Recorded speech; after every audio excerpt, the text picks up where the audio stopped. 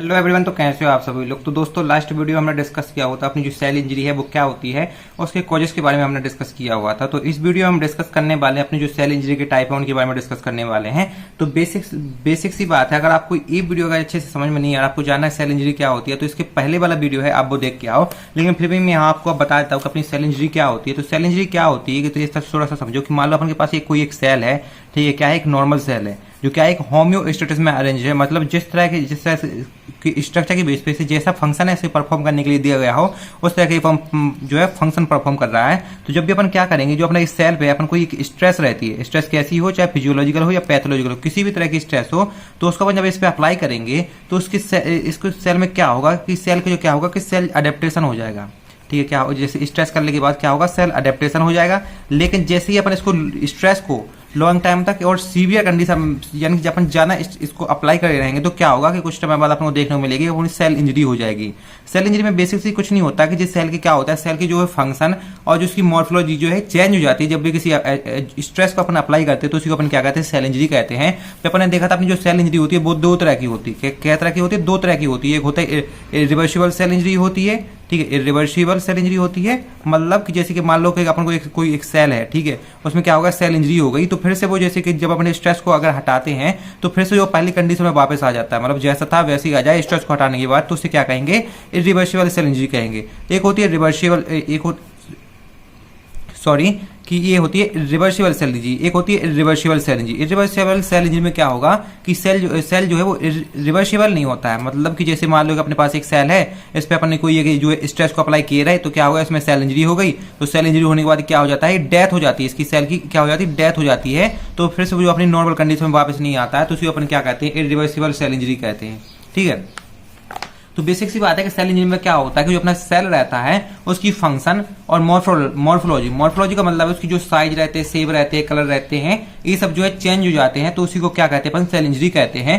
अपनी जो cell injury होती है वो दो तरह की होती है, एक होता है रिवर्सिबल सेल इंजरी होता है, एक होता है इरिवर्सिबल सेल इंजरी होती है। अब जो रिवर्सिबल सेल इंजरी में क्या होता है कि जब भी अपन किसी सेल पे स्ट्रेस को अप्लाई करते हैं तो क्या होता है, सेल इंजरी हो जाती है, और स्ट्रेस को हटा लेने के बाद यानी रिमूव कर लेने के बाद जो अपना सेल है वो फिर से अपनी नॉर्मल कंडीशन में रिकवर कर जाता है, तो इसको क्या कहते हैं, रिवर्सिबल सेल इंजरी कहते हैं। जैसे कि यहाँ पर देखो कि मान लो अपन के पास एक नॉर्मल सेल है जिस पर मैंने क्या किया, स्ट्रेस को अप्लाई किया, तो जो अपने सेल में क्या होगी, सेल इंजरी हो गई। ठीक है, सेल क्या होगा, इंजर्ड हो गया। फिर जैसे जब अपन स्ट्रेस को रिमूव कर लेते हैं तो फिर से वो अपनी नॉर्मल कंडीशन में जो है रिकवर हो जाता है, तो इसको क्या कहते हैं, रिवर्सिबल सेल इंजरी कहते हैं। अपनी जो रिवर्सिबल सेल इंजरी होती है वो दो तरह की होता है, एक होता है सेल सॉइलिंग, एक होता है इंट्रासेल्युलर एक्यूमुलेशन। यहाँ पर जो सेल सॉइलिंग और इंट्रासेल्युलर एक्यूमुलेशन है बहुत इंपॉर्टेंट है, क्योंकि ये जो शॉर्ट नोट में जो है पूछ लिए जाते हैं एग्जाम में। देखो अपनी सेल सॉइलिंग में इसमें क्या होता है कि सेल सॉइलिंग, देखो नाम से समझ में आ रहा है कि सॉइलिंग का मतलब क्या होता है कि पसीना आना। पसीना क्या होता है, एक वाटर होता है ना, तो उससे समझो कि सेल सॉइलिंग मतलब क्या आता है कि जो अपने सेल के अंदर जो अपना वाटर रहता है, पानी रहता है, उसकी कंसंट्रेशन यानी मात्रा जो है बढ़ जाती है। यानी सेल के अंदर जो साइटोप्लाज्म में पाया जाता है ना, जेल लाइक मिक्सचर, तो उसमें क्या होता है कि जो पानी की मात्रा ज्यादा हो जाती है तो क्या होता है, अपना जो सेल जो है फूल जाता है, मतलब उसकी जो वो है साइज जो है इंक्रीज हो जाती है, मतलब इनलार्ज्ड हो जाता है ना। तो सेल सॉइलिंग क्या कहलाती है कि सेल सॉइलिंग को सबसे पहले अपन क्लाउडी सॉइलिंग, ये जो हाइड्रोपिक चेंज के नाम से भी अपन को जानते हैं, इसमें क्या होता है, अपनी जो सेल सॉइलिंग रहती है, सेल सॉइलिंग में क्या रहता है, अपना जो सेल रहता है वो इनलार्ज्ड हो जाता है। जैसे यहाँ पर समझो कि मान लो एक नॉर्मल सेल है तो इसमें क्या होगी, सेल सॉइलिंग हो गई, तो जो सेल का साइज है वो इनलार्ज्ड हो गई। ठीक है, तो सेल सॉइलिंग में क्या होता है, अपने जो सेल का साइज है वो इनलार्ज हो जाता है। और क्या होता है, सबसे कॉमन फॉर्म होता है किसका, अपनी सेल इंजरी का होता है। अब ये क्यों होता है, इसका एक थोड़ा सा समझना कि क्यों होता है कि जो अपनी जो सेल मेम्ब्रेन होती है, ठीक है, उसके पास एक एबिलिटी होती है कि जो अपने जो सेल के अंदर जो वाटर जा रहा है, आयन जा रहे हैं, पोटेशियम और सोडियम आयन, ठीक है, उसकी जो मूवमेंट को क्या करता है, कंट्रोल किए रहता है। तो जब वो क्या करती है, अपनी जो सेल मेम्ब्रेन रहती है, जो अपनी जो इस मूवमेंट को, इस एबिलिटी को वो क्या करता है, खो देता है, जिससे कि वो जो सोडियम, पोटेशियम और वाटर के जो मूवमेंट होता है, अंदर बाहर आते जाते रहते हैं, ठीक है, उसको कंट्रोल नहीं कर पाता है। तो अपन को क्या होती है, सेल सॉइलिंग अपन को देखने को मिलती है, क्योंकि जो अपने जो सेल रहता है उसकी साइटोप्लाज्म, उसके अंदर जो पानी की कंसंट्रेशन बढ़ जाती है। सेल स्वेलिंग होती है, ऐसे अपन हाइड्रोपिक चेंज के नाम से भी अपन जानते हैं। इसलिए जो हाइड्रोपिक चेंज है, इससे समझ में आ रहा है कि जो अपना जो क्या रहता है, इसका मतलब क्या निकलता है कि जो एक्सेसिव बांटा यानी ज्यादा अमाउंट में बांटा, एक्यूमुलेशन है। जहां पर भी एक्यूमुलेशन शब्द है तो उसका मतलब समझना कलेक्ट हो जाता है, किसमें अपने जो सेल के साइटोप्लाज्म में रहता है। साइटोप्लाज्म क्या होता है, जो जेल के अंदर जो अपना सेल रहता है, सेल के अंदर एक जेल लाइक मिक्सचर पाया जाता है, तो उसी ऊपर क्या कहते हैं, साइटोप्लाज्म कहते हैं। तो सेल के साइटोप्लाज्म में जब भी क्या रहता है, जो वाटर जो है एक्सेसिव अमाउंट में यानी कि ज्यादा अमाउंट में कलेक्ट हो जाए तो उसी को क्या कहते हैं, अपन सेल स्वेलिंग कहते हैं। और सेल स्वेलिंग को ही अपन हाइड्रोपिक चेंज के नाम से भी अपन जानते हैं। ठीक है, अब क्या होता है, जैसे जब भी अपना जो सेल स्वेलिंग होती है तो क्या होता है, अपने सेल का साइज बढ़ जाता है। सेल का साइज बढ़ जाता है तो अपने ऑर्गन का साइज भी बढ़ जाता होगा, इनलार्ज हो जाते हैं। तो उससे क्या होता है, जो इफेक्टेड ऑर्गन रहते हैं वो कैसे हो सकते हैं, जैसे लिवर हो गया, किडनी हो गया, हार्ट रहते हैं, इन सभी का क्या होता है, साइज इंक्रीज हो जाता है। अब इसकी इटियोलॉजी देखो, अपन ने देखा था कि जहां पर भी इटियोलॉजी आता है उसका मतलब क्या होता है कि अपने जो है एक कैंसी हो रही है। ठीक है, इटियोलॉजी या कॉजेस वही कहलाते हैं। तो इटियोलॉजी जैसे अपना जो सेल स्वेलिंग हो सकती है वो तो हो सकता है या हाई फीवर की वजह से हो सकता है, ठीक है, पॉइजन की वजह से हो सकता है, या केमिकल एजेंट की वजह से हो सकता है, हाइपोक्सिया की वजह से भी हो सकता है। हाइपोक्सिया में क्या होता है कि बेसिकली जो अपने जो टिश्यू रहते हैं उनके पास पर्याप्त मात्रा में जो है ऑक्सीजन नहीं पहुंच पाती है, तो क्या होता है, अपने एटीपी का सिंथेसिस नहीं हो पाता है। और एटीपी का सिंथेसिस नहीं हो पाने से क्या होता है कि जो है अपन को सेल स्वेलिंग देखने को मिलती है। कैसे देखने को मिलती है इसका भी कॉन्सेप्ट मैं अभी आपको समझाता हूं। और जो पांचवा रीजन है, जो बैक्टीरिया और जो टॉक्सिन सब्सटेंस रहते हैं, ठीक है, उनकी वजह से भी अपन को सेल स्वेलिंग देखने को मिल सकती है। अब देखो अपन इसकी पैथोजेंस को अपन देखते हैं। तो पैथोजेंस में क्या होता है कि जैसे कि अपने क्या होता है, अपने सेल के वहां पर एक आयन होता है, सोडियम आयन यानी कि Na आयन, और एक होता है पोटेशियम यानी कि सोडियम पोटेशियम आयन रहते हैं। ठीक है, इनका कंट्रोल जो रहता है वो क्या रहता है, अपनी जो सेल मेम्ब्रेन रहती है, ठीक है, वो जो है को कंट्रोल किए रहती है, जिससे क्या होता है, अपनी सेल स्वेलिंग को ये प्रिवेंट किए रहते हैं। प्रिवेंट का मतलब होता है रोकना। तो इसके पास अपनी क्या होती है, एबिलिटी होती है अपनी सेल मेम्ब्रेन के पास। तो ये क्या करते हैं कि it lead accumulation of sodium inside the cell. Accumulation का मतलब तो कलेक्ट करना। तो ये क्या करती है अपनी सेल में, जो सोडियम रहते हैं, सोडियम आयन को अपने सेल के अंदर कलेक्ट करती है, अंदर भेजती है। और जो अपने सेल के अंदर जो पोटेशियम आयन होते हैं उनको एस्केप करती है, मतलब सेल के बाहर भेजती है।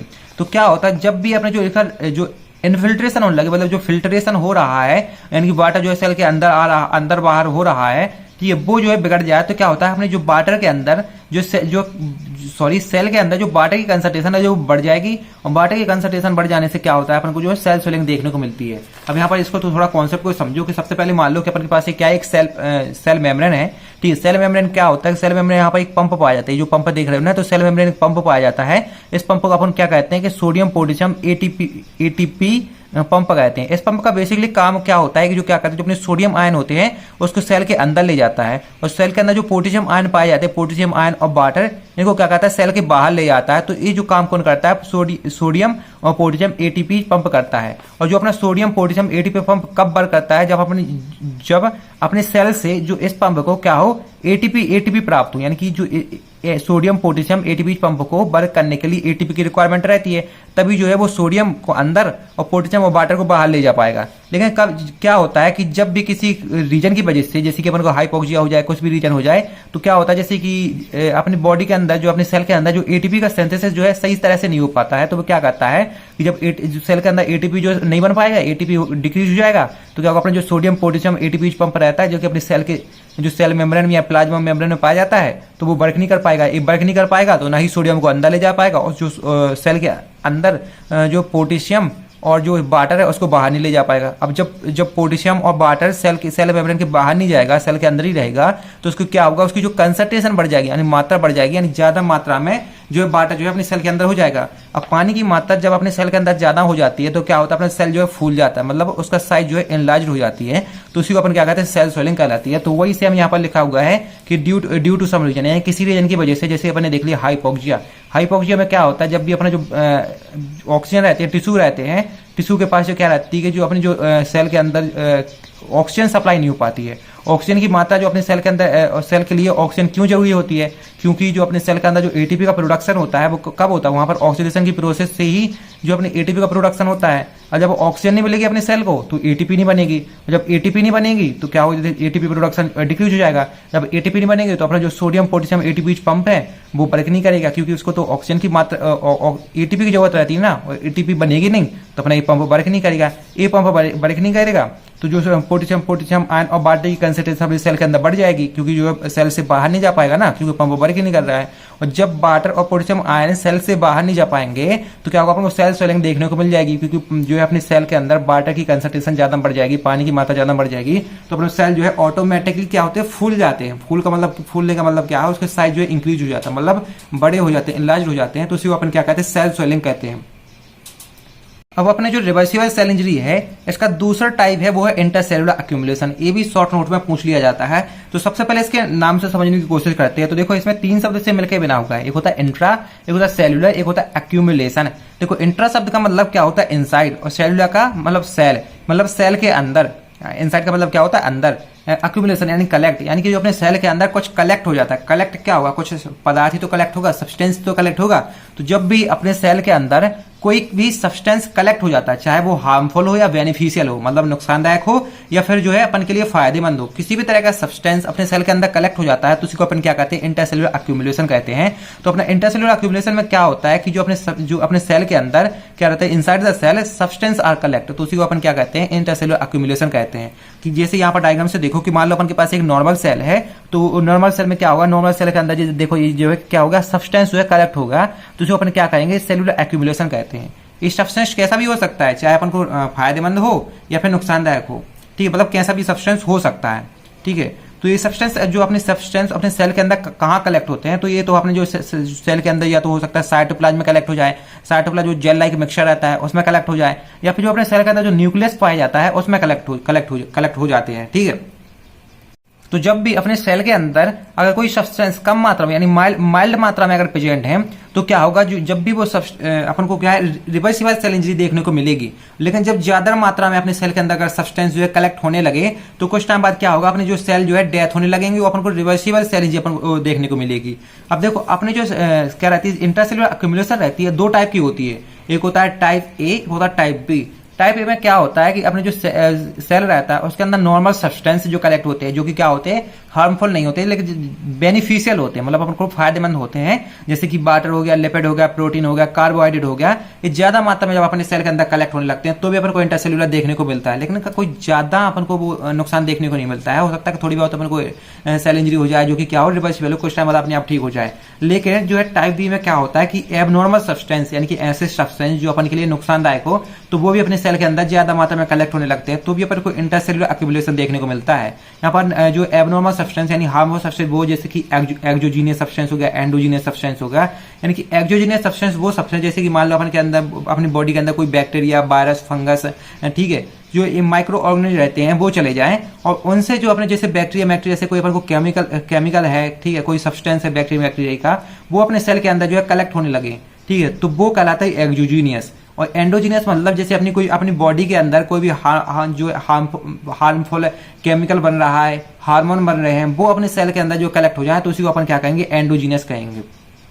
तो ये तो हो गया इंटरसेलुलर एक्यूमुलेशन के टाइप है, और जो शॉर्ट नोट में पूछ लिया जाता है तो इतनी आपके लिए सफिशिएंट है। अब देखो ऐसा एक क्यों होता है कि जब भी अपने जो सेल मेम्ब्रेन रहती है उसमें जो है इन्फिल्ट्रेशन होने लगे, इन्फिल्ट्रेशन होने लगेगा तो क्या होगा कि इन्फिल्ट्रेशन होने लगे तो कुछ ऐसे सब्सटेंस रहते हैं जैसे कि बहुत उनको क्या कहते हैं, इन्फिल्टर कहते हैं, मतलब सेल के अंदर बाहर कर दे, मतलब सेल के आउटसाइड और बाहर कुछ नहीं कर पाए, ठीक है। जैसे वाटर रहता है, अपने देखा था सेल में वाटर रहता है, तो अपनी जो सेल मेम्ब्रेन रहती है वाटर के कंसंट्रेशन को बाहर नहीं कर पाती है, तो वाटर भी तो अपने सेल के अंदर जो है प्रेजेंट कलेक्ट हो जाता है ना। इसी तरह से और भी सब्सटेंस जैसे कि लिपिड, प्रोटीन, कार्बोहाइड्रेट वो भी अपने सेल से बाहर नहीं हो पाते हैं। या हो सकता है कोई जो बैक्टीरिया से एंडोजीनियस सब्सटेंस हो, एंड किसी भी तरह के सब्सटेंस हो, ठीक है, वो क्या होता है जब सेल मेम्ब्रेन जो इन्फिल्ट्रेशन करे और वो सेल से बाहर नहीं जा पाए तो अपने क्या होगा, सेल के अंदर कलेक्ट होने लगेंगे ना। कलेक्ट होने लगेंगे तो पहले अपन को सेल स्वेलिंग देखने को मिलेगी, सेल स्वेलिंग देखने के बाद फिर अपन को क्या होगा, इंटरसेलुलर एक्यूमुलेशन देखने को मिलेगा। और कुछ टाइम बाद अगर वो कलेक्ट ज्यादा देर तक या ज्यादा मात्रा में कलेक्ट हो गया ना तो कुछ टाइम बाद क्या होगा कि अपन को जो है इरिवर्सिबल सेल इंजरी देखने को मिलेगी, मतलब अपने जो वहां के सेल हैं जिसमें वो सब्सटेंस कलेक्ट है वो क्या हो जाए, डेथ हो जाए, मतलब मर जाए, ठीक है। तो ये क्या होता है, इंटरसेलुलर एक्यूमुलेशन होता है। अपनी सेल इंजरी का जो दूसरा टाइप है वो है इरिवर्सिबल सेल इंजरी। तो इरिवर्सिबल सेल इंजरी में क्या होता है कि जब भी अपन कोई सेल रहता है उस पर स्ट्रेस को अप्लाई करते हैं तो क्या होता है, अपनी जो ज्यादा मात्रा में अगर स्ट्रेस अप्लाई रहे, बहुत देर तक स्ट्रेस अप्लाई रहे तो क्या होता है, अपनी सेल जो है डेथ हो जाती है।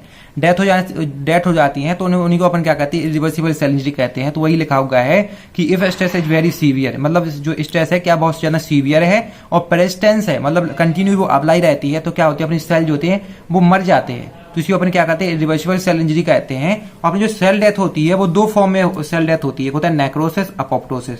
ये नेक्रोसिस अपोप्टोसिस बहुत इंपॉर्टेंट है और जो शॉर्ट नोट में एग्जाम में आता है, आरजीपी एग्जाम में पूछ लिए जाते हैं, ठीक है।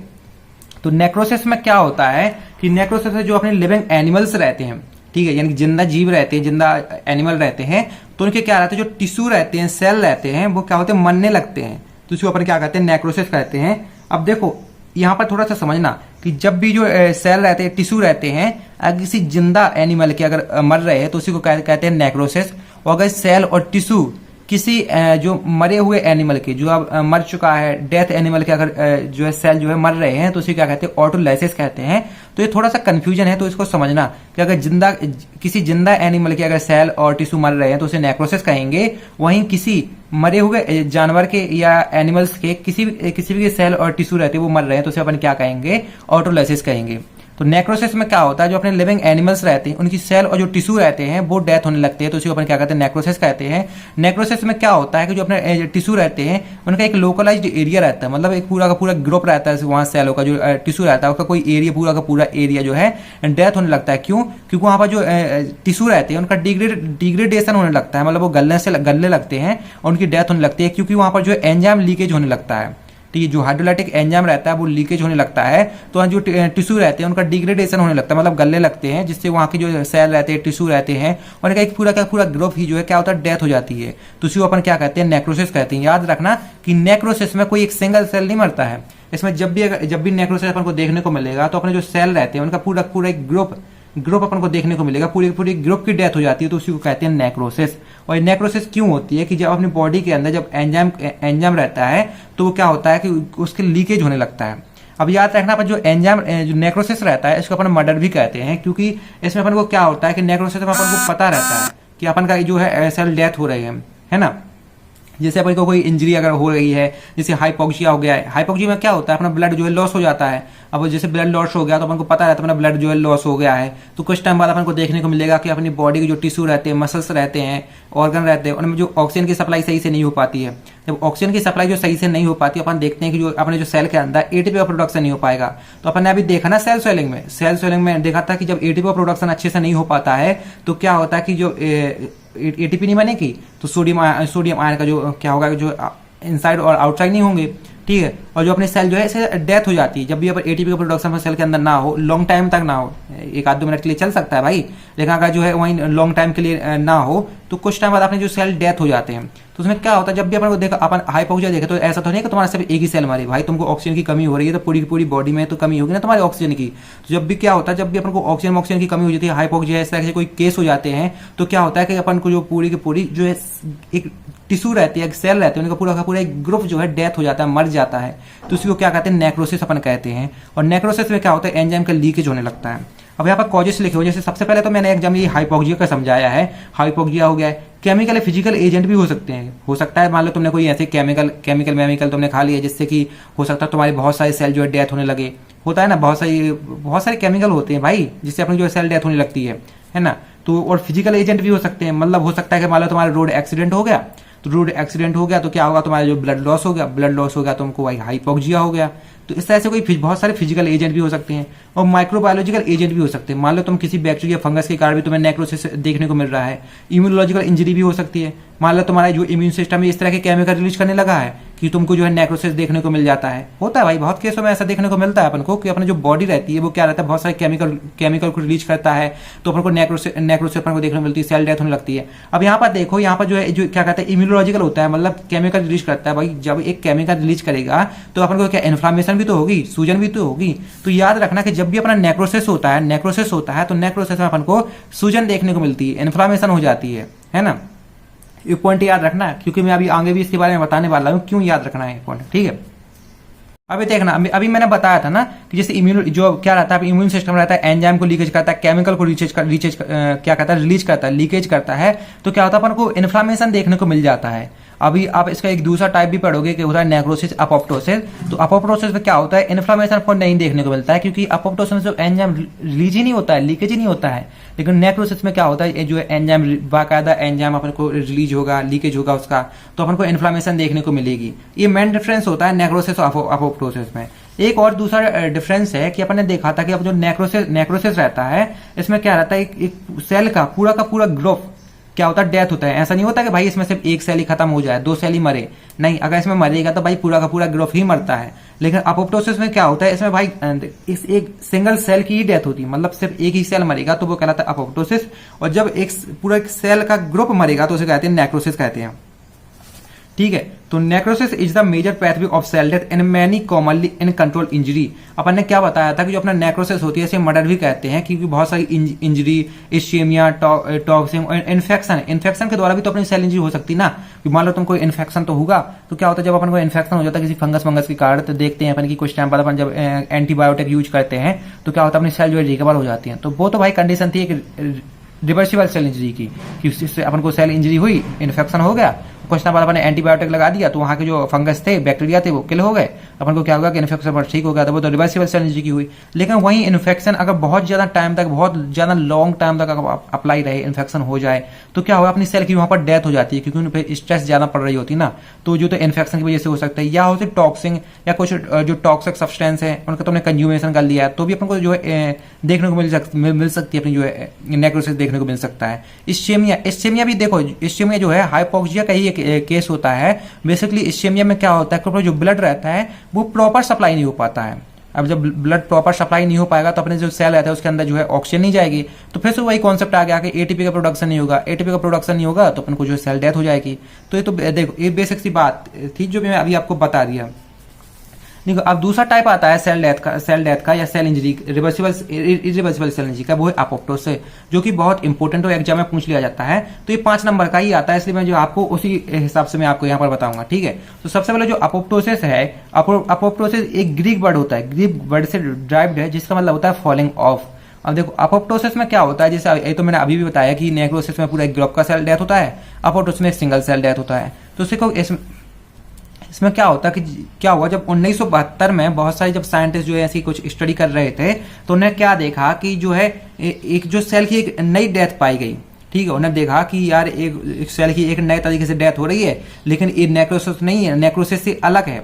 तो उन्हें जब उनकी स्टडी की तो उन्हें देखा कि जब अपने सेल का डिवीजन होता है, डिवीजन से मतलब समझना कि जैसे कि अपने देखा था कि बहुत सारा डिवीजन होता है, जैसे सेल के अंदर कि मान लो जैसे अपना एक सेल रहता है, तो इसका डिवीजन होगा तो कुछ टाइम बाद अपने आप एक सेल 2 सेल में कन्वर्ट हो जाता है, फिर ये 2 सेल जो है 2 के 4 5 है, बहुत सारे सेल में कन्वर्ट हो जाते हैं। तो ये सेल डिवीजन होता है, आपने एचईपी में आपने देखा होगा। तो क्या होता है कि जो देखो अपने जो सेल के अंदर जो सेल डिवीजन होता है, ठीक है, उसके अनकंट्रोल और रेगुलेट करता है, किसको, अपोप्टोसिस को ये रेगुलेट करता है, क्योंकि डिवीजन के कारण ही तो अपनी जो है सेल इंजरी को देखने को मिलती है। कभी कभी क्या होता है कि बहुत सारी जब अपने को इंजरी अप्लाई होती है, या बहुत हो सकता है बहुत सारे फैक्टर के कारण अपना क्या रहता है, जो सेल का डीएनए जो है चेंज हो जाता है, जिसको उसको इस तरह से डिवीजन होता है कि अपन को जो है वो अपन को सेल डेथ देखने को मिलती है।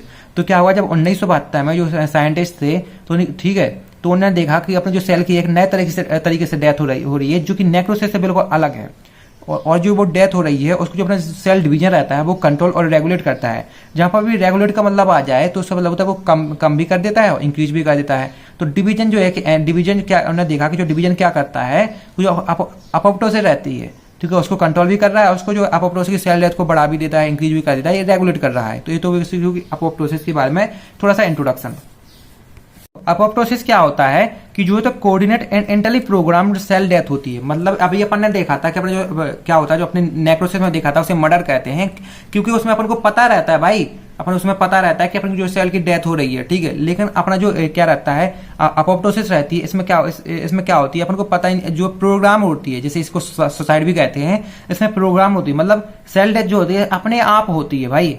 इसमें जैसे अपने नेक्रोसिस था उसमें तो किसी इंजरी की वजह से हो रही थी, लेकिन जो अपना जो अपोप्टोसिस होता है उसमें प्रोग्राम्ड रहती है सेल की डेथ, जो अपने आप ही बॉडी के अंदर हो जाती है, तुम्हें कोई पता ही नहीं चलेगा कि तुम्हारी सेल डेथ हो गई, ठीक है। तो ये तो हो गया अपोप्टोसिस के बारे में। तो यहाँ पर लिखा हुआ कि अपोप्टोसिस, अभी देखो अपोप्टोसिस में क्या होता है, एक सिंगल सेल की डेथ होती है, और नेक्रोसिस में एक पूरा ग्रुप की सेल की डेथ होती है। तो मैंने अभी पहले भी बता दिया, और मैंने अभी ये भी बताया था कि अपन को क्या होता है, अपोप्टोसिस में क्या होता है, इन्फ्लामेशन देखने को नहीं मिलता है, लेकिन नेक्रोसिस में इन्फ्लामेशन देखने को मिलता है। ये मेन डिफरेंस हो जाता है अपोप्टोसिस और नेक्रोसिस के बीच में। अपोप्टोसिस में इन्फ्लामेशन इसलिए देखने को नहीं मिलता है क्योंकि इसमें जो एंजाइम की लीकेज नहीं हो रही थी, कि और एंजाइम की लीकेज नहीं होगी, केमिकल रिलीज नहीं होंगे, तो इन्फ्लामेशन नहीं होगा। देखो इन्फ्लामेशन के बारे में आप आगे पढ़ोगे, लेकिन तब समझ लो कि इन्फ्लामेशन यह होता है सूजन होता है, और केमिकल रिलीज होने की वजह से इन्फ्लेमेशन हमको देखने को मिलती है। इसके बारे में अपन पहले आगे पढ़ोगे, ठीक है। तो अपोप्टोसिस से क्या होता है कि क्या होता है, एक पैथोलॉजिकल इवेंट होता है। जब भी क्या होता है, अपने जो सेल रहती हैं, ठीक है, वो क्या होता है, डैमेज हो जाती है, किसी इंजरी की वजह से डैमेज प्रिपेयर करते हैं, तो क्या होता है, अपने जो सेल का डीएनए रहता है, ठीक है, वो डैमेज की वजह से इफेक्ट हो जाता है। और सेल का डीएनए इफेक्ट हो जाने से क्या होता है, जो उनका सेल डिवीजन इफेक्ट होता है। और सेल डिवीजन कुछ इस तरह से इफेक्ट होता है कि वहां पर अपन को सेल डेथ देखने को मिलती है, अपन को नेक्रोसिस अपन को देखने को मिलती है। तो वही था, अपोप्टोसिस देखने को मिलती है, सेल डेथ देखने को मिलती है। तो यही था सिंपल